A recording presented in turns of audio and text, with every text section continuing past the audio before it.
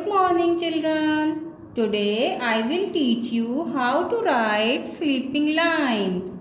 Do you know this is sleeping line? Now let's start. Sleeping line starts from left, goes to right. Sleeping line starts from left, goes to right. Now say with me and try to write in your rough copy by yourself.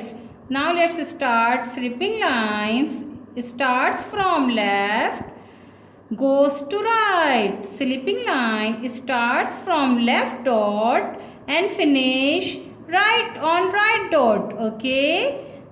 Sleeping line starts from left, goes to right.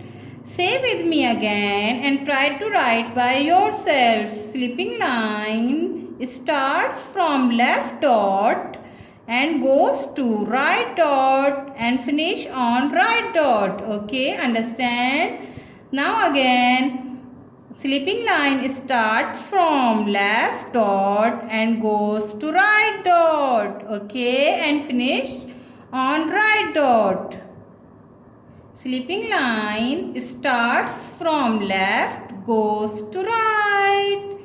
Sleeping line starts from left, goes to right. Children, you have to practice like this as I have done. Okay? Do it at your home. Bye bye.